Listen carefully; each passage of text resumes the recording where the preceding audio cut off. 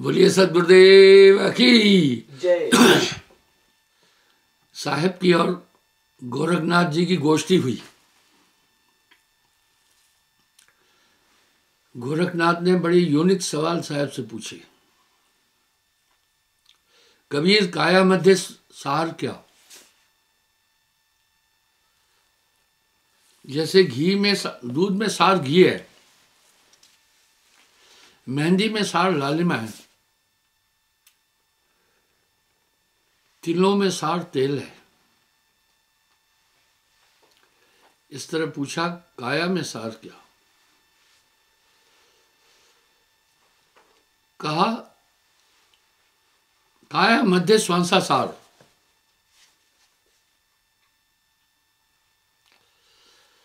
इस काया में श्वास सार है। गोरख जी ने अच्छा पूछा, इसलिए योगी श्वासा की साधना करता है सर। गोरखनाथ ने पूछा,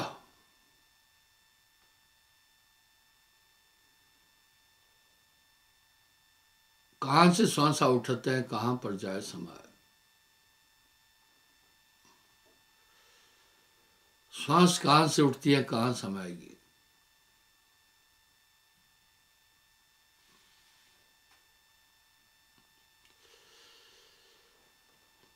साहब ने कहा, शुंड से श्वासा उठते हैं, नाभि दल में आए।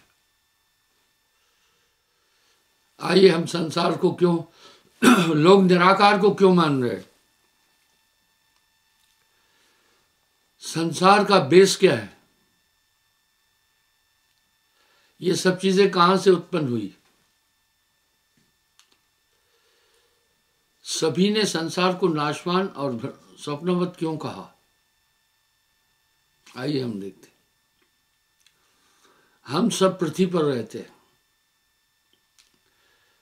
पृथ्वी हमारी पोषक है।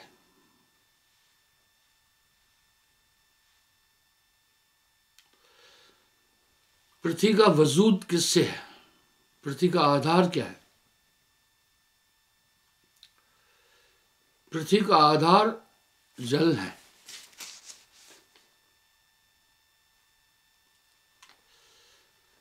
पृथ्वी का आधार जल है।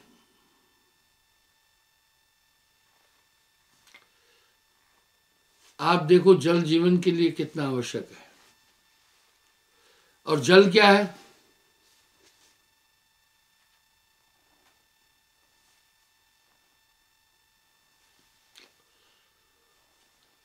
जल का आधार क्या है? ये आए कहां से? ये संसार क्या है? हमें ठीक से समझना होगा। जितने भी मुनि मुनीश, बुद्धिजीवी, वैज्ञानिक, संत महात्मा हैं, सबने संसार को नाशवान बोल दिया।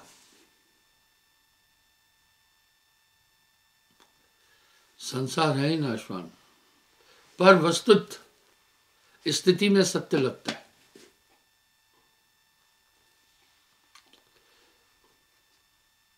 जल का आधार विज्ञान में भी पढ़ाते हैं। जल का आधार अग्नि है, इसलिए कह रहे हैं जल जल रहा है।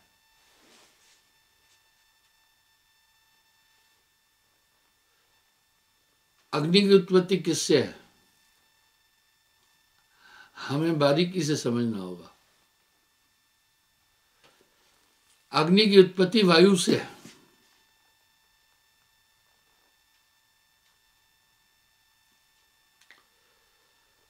वायु कहां से आई? वायु का आधार क्या है?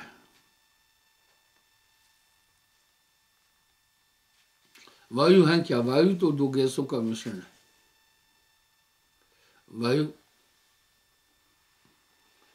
वायु का आधार आकाश तत्व है।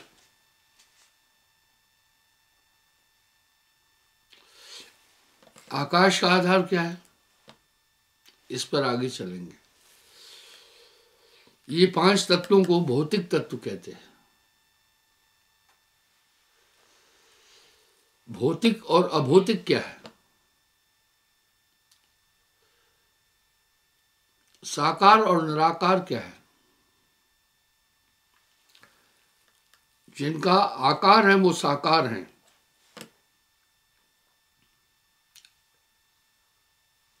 अब देखते हैं क्या 5 तत्वों का आकार है। हाँ,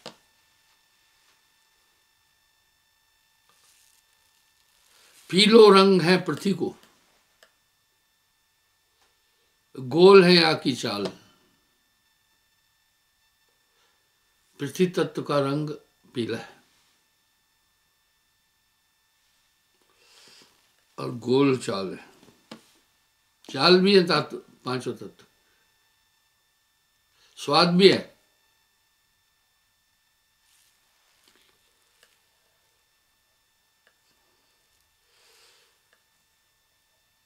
और मीठो या को स्वाद।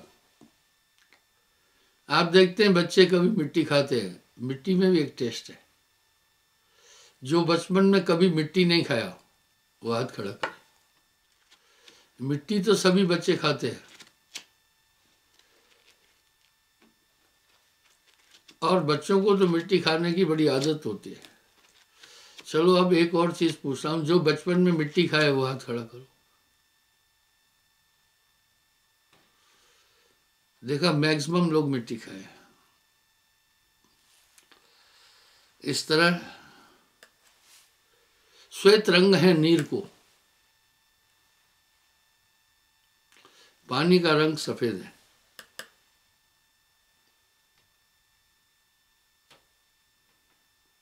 खारो या को स्वाद, पानी का रंग खारा है।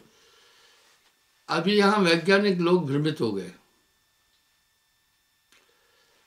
वैज्ञानिक लोगों के पास गहन ज्ञान नहीं है, वो मस्तिष्क पर चलते हैं।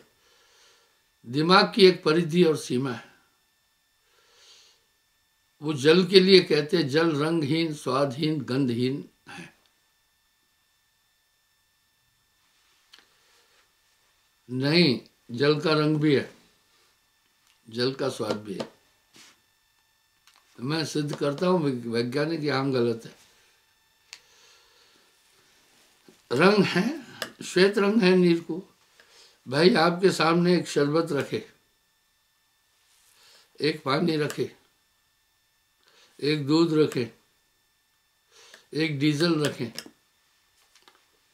आपको कहें कि इसमें पहचानो पानी कौन सा है, तो क्या आप नहीं पहचान पाएंगे?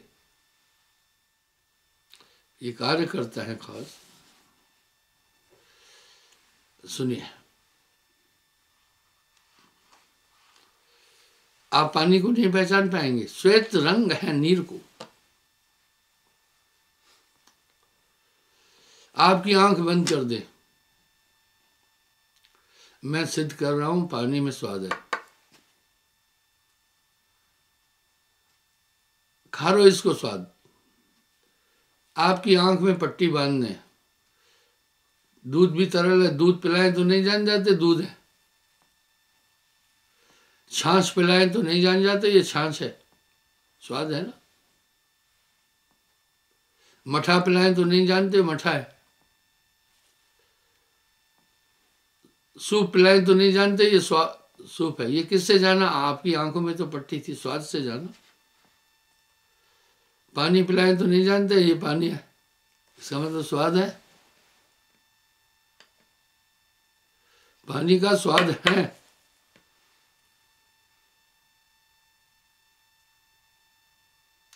खारो इसको स्वाद।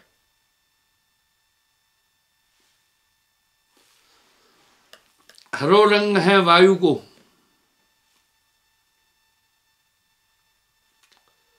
खट्टो या को स्वाद। कभी कभी कुछ लोग यात्रा करते हैं तो उनको उल्टी आती है, गैस बन गई ज्यादा, तो उल्टी खट्टी होती है। कुछ लोग कहते हैं खट्टी डगारे आती है, ये वायु का स्वाद है खट्टा।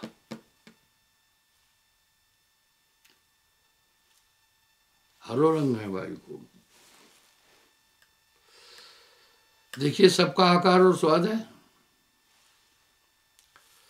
कालो रंग आकाश को, आकाश तत्व का काला रंग है। वैज्ञानिक लोग बहुत ठीक से कह रहे हैं, the black matter is base of creation. इस सृजन का आधार ही अंधकार है। ये तो आपको सूरज के कारण से रोशनी मिल रही है, पर अभी भी अंधकार है। जब सूर्य पूरे शबाब पर है तभी भी अंधकार है। कोई सिद्ध करे कैसे अंधकार है।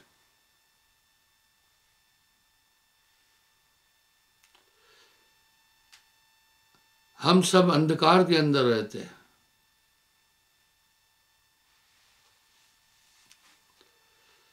रात में आप टॉर्च जलाते हैं तो थोड़ी रोशनी दिखती है। था अंधकार, रोशनी क्यों दिखी? वो लाइट की किरणें थोड़ी जगह पर पड़ी, उन्होंने अंधकार को आच्छादन कर दिया थोड़ा। इस तरह अंधकार 90% इस ब्रह्मांड में अंधकार है। सिर्फ सूर्य 10% इस ब्रह्मांड को रोशनी दे पाता, ज्यादा नहीं।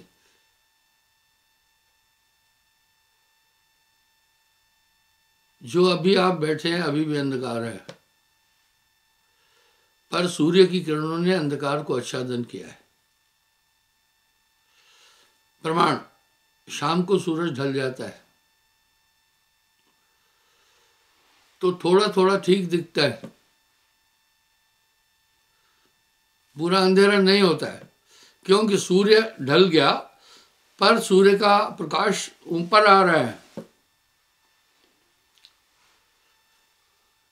धरती ने सूर्य का आच्छादन कर दिया, लेकिन सूर्य का प्रकाश ऊपर से आ रहा है, इसलिए नीचे रोशनी है।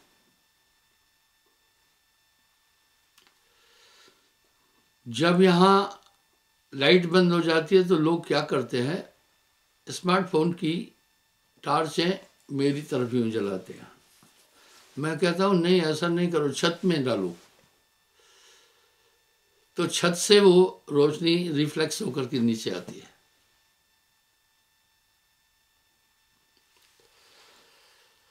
फीको रंग आकाश को, कालो नहीं, कालो रंग आकाश को फीका इसका स्वाद। अग्नि तत्व का स्वाद है तीखा और शर्करा, वायु का खट्टा, पानी का खारा, जल का खारा और पृथ्वी का मीठा। अब एक सवाल है, ये 5 स्वाद है, खट रस क्यों कहते हैं? रस 6 है। कलर भी तत्वों से पैदा हुए हैं, स्वाद भी तत्वों से पैदा हुए हैं, शरीर भी तत्वों से बना है, पूरा ब्रह्मांड तत्वों से है।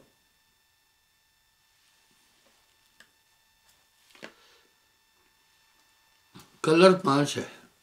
ये जो सप्तरंगी बोल रहे हैं ना, ये तो आदमी की शैतानी है। लाल में हल्का सा काला रंग मिला दो तो पिंक हो जाएगा, वो सफेद हो जाएगा। पिंक मिला दो तो सफेद मिला तो पिंक हो जाएगा। इसी तरह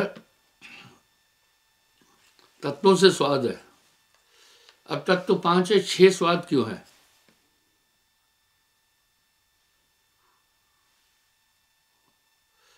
क्योंकि अग्नि तत्व के 2 स्वाद है, तीखो चरपरो स्वाद।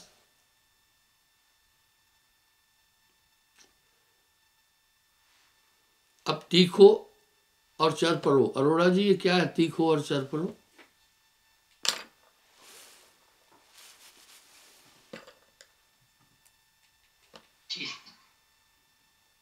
नमकीन और वैसे हाँ, तीखा यहाँ मिर्च। नमकीन की बात नहीं, तीखो और चरपरो दो स्वाद है।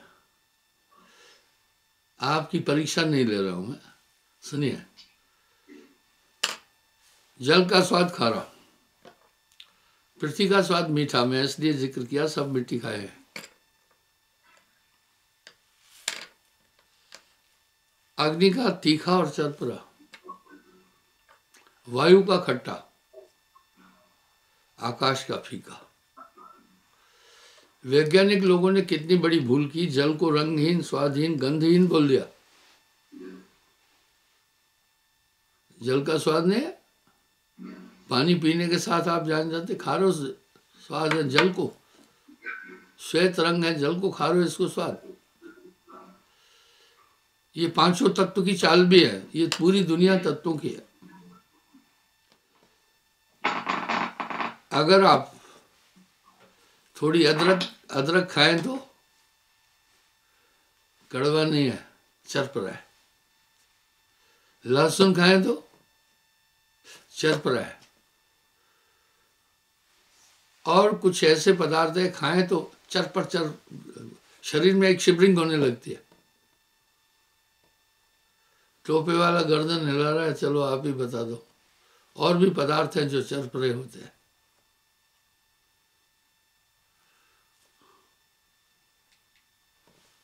मेरी जबान पर एक दो पदार्थ नहीं आ रहे हैं, वो बड़े अजीब चरपरे होते हैं। जिमीकंद शायद बताया। हाँ, जिमीकंद बताया था शायद। हाँ, जमीकंद भी चरपरा है, कच्चा खा के देखो। कुछ और भी चीजें हैं।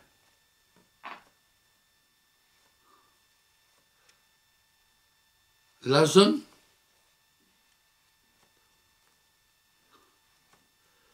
कच्चा प्याज खाकर देखो, ये चरपरे हैं। इस तरह पूरे सृजन का जन्म ही पांचों तत्व से। अब आओ, पृथ्वी की उत्पत्ति जल से है, जल की उत्पत्ति अग्नि से है, अग्नि की उत्पत्ति वायु से है। इसलिए दिया जलाओ, गैस नहीं मिलेगी तो दिया बुझ जाएगा। और वायु की उत्पत्ति आकाश तत्व से है।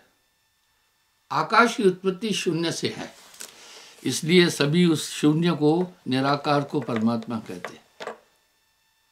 जिनको मेरी बात समझ में आई हाथ खड़ा करें। यानी सृजन का बेस ही निराकार ताकत है। आइए मैं श्वास पर बोलता हूं। साहब ने श्वास पर बहुत आइडियोलॉजी बोली। श्वासा में सार है।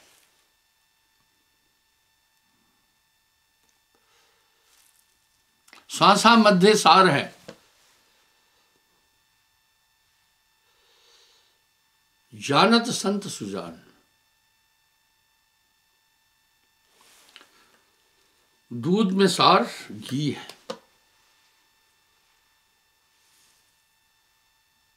सार घी है।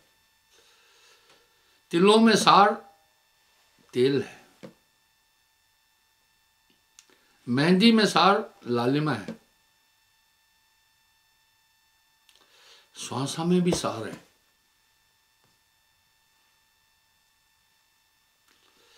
अब सवाल उठा, श्वासा में मैं क्यों वो क्लास नहीं लगाया हूं। श्वासा में सार क्या है? साहब ने श्वास गुंजार ग्रंथ में श्वासा का बहुत बड़ा महत्व बोला है।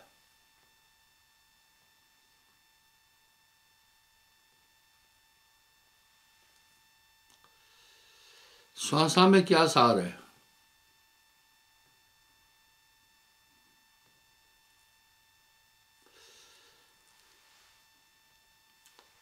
अभी यहां वायु में सार नहीं बोल रहे, श्वासा में सार है।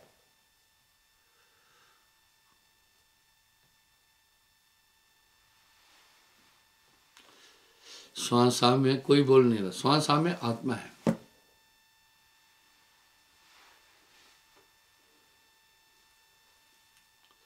श्वासा में आत्मा है। यही गोरखनाथ जी ने साहब से पूछा, काया मध्य सार क्या, सार क्या? कहा गोरख, काया मध्य श्वासा सार। क्या है श्वास में? आत्मा। शास्त्रों में आता है प्राणेन धरित जीवेशु। जब ये आत्मा श्वासा को धारण करती है तो इसकी संज्ञा जीव है। जब दूध खटाई के संसर्ग में आ जाता है तो दूध की संज्ञा बदल करके दही बन जाती है। यहां साहब एक बड़ा मार्मिक शब्द कह रहे हैं, बंद दशा में जीव है। ये श्वासा में बंद है, श्वासा में है, आत्मा श्वासा में है।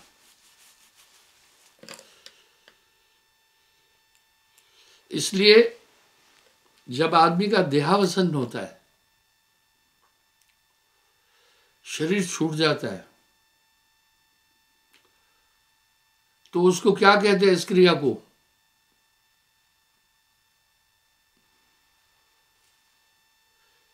जब श्वासा छूट जाती है तो क्या कहते हैं?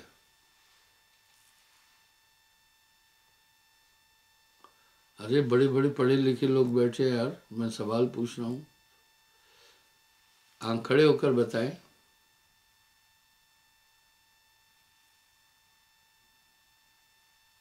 उसके प्राण पखेरु उड़ गए।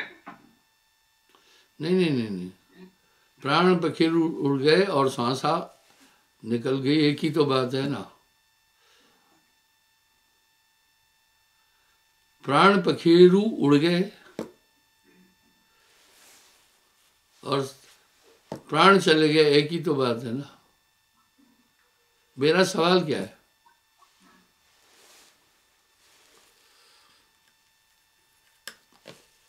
कहते नहीं इसके प्राण निकल गए, मर गया। आप अपने उत्तर से संतुष्ट हैं? कोई बात नहीं, बैठ जाइए। सुनो, कहते हैं यमराज, इसके एक तो कहते हैं मृत्यु हो गई, देहावसान हो गया और प्राण निकल गए। इसका मतलब है प्राण निकल गए, शरीर मृतक हो गया, निर्जीव हो गया।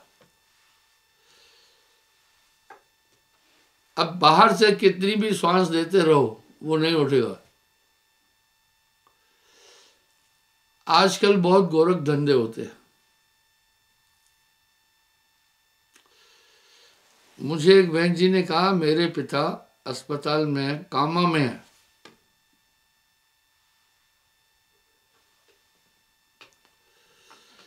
आप चलकर दर्शन दो ताकि उसके प्राण छूट जाए।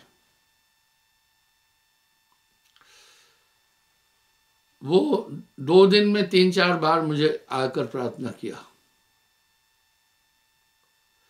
मैं कहा भाई चलो फिर मैं चलता हूँ। मैं शादी में नहीं जाता हूँ, मैयत पर भी नहीं जाता हूँ, क्योंकि रोज मेरे 10-5 नामी, क्योंकि 2 मिलियन लोग हैं, प्राण छोड़ते हैं और रोज 10-5 शादी होती है मेरे नामियों की। अगर मैं शादियों में जाता रहूँगा तो मैं अपना काम कर ही नहीं पाऊँगा, मैयत में जाता रहूँगा तो भी काम नहीं कर पाऊँगा। और एक के जाओ एक के नहीं जाओ तो आदमी बुरा मानता है, इसलिए रूल बनाया जाना नहीं। क्योंकि आत्मा प्राणों में रम गई है, प्राणों में। आज्ञा चक्र में आत्मा प्राणों में रम गई और ये प्राण पूरे देही में समा गए। 10 प्राण बन गए, अपान समान उदान प्राण सर्वतन व्यान देवतत कृकिल नाग धनंजय सबल। इससे काया चल रही है। इन 10 प्राणों में प्रमुख प्राण क्या है?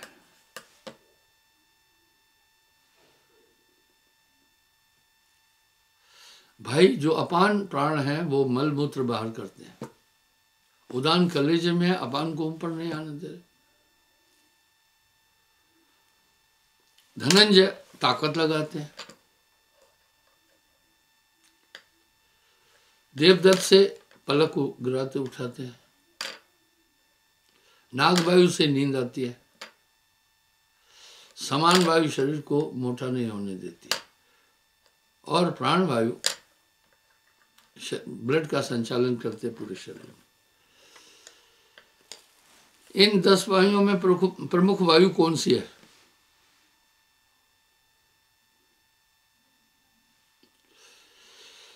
इनको कहते हैं 5 प्राण 5 उपप्राण। ये 10 प्राण है। 10 में प्रमुख क्या है? कौन सी वायु? प्राणवायु। प्राणवायु का वास कहां पर है? हृदय में। ये क्या करती है? हृदय बीट कराती है, इसी से मस्तिष्क तक खून जाता है। आदमी के शरीर में 5 से 6 लीटर ब्लड होता है, और इतना ब्लड नहीं है जो दिमाग तक पहुंचे। टिल्लू पंप की तरह प्राणवायु एक धक धक करके प्राणों को पहुंचाती है मस्तिष्क तक। इसी प्राणों को पकड़ लेता है यमराज। तो कहते नहीं है प्राण निकल गए इसके, प्राणांत हो गया। सबसे प्रमुख और रानी वायु है प्राणवायु।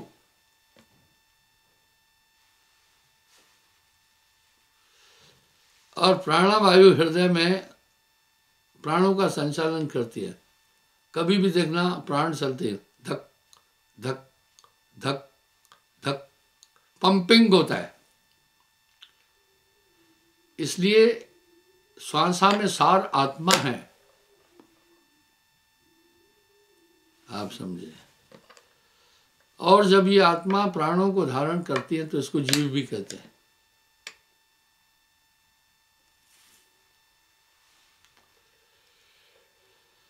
तब इसको जीव कहते हैं। इसलिए कहा सांसा मध्य सार है, जानत सन सुजान। आत्मा इस तरह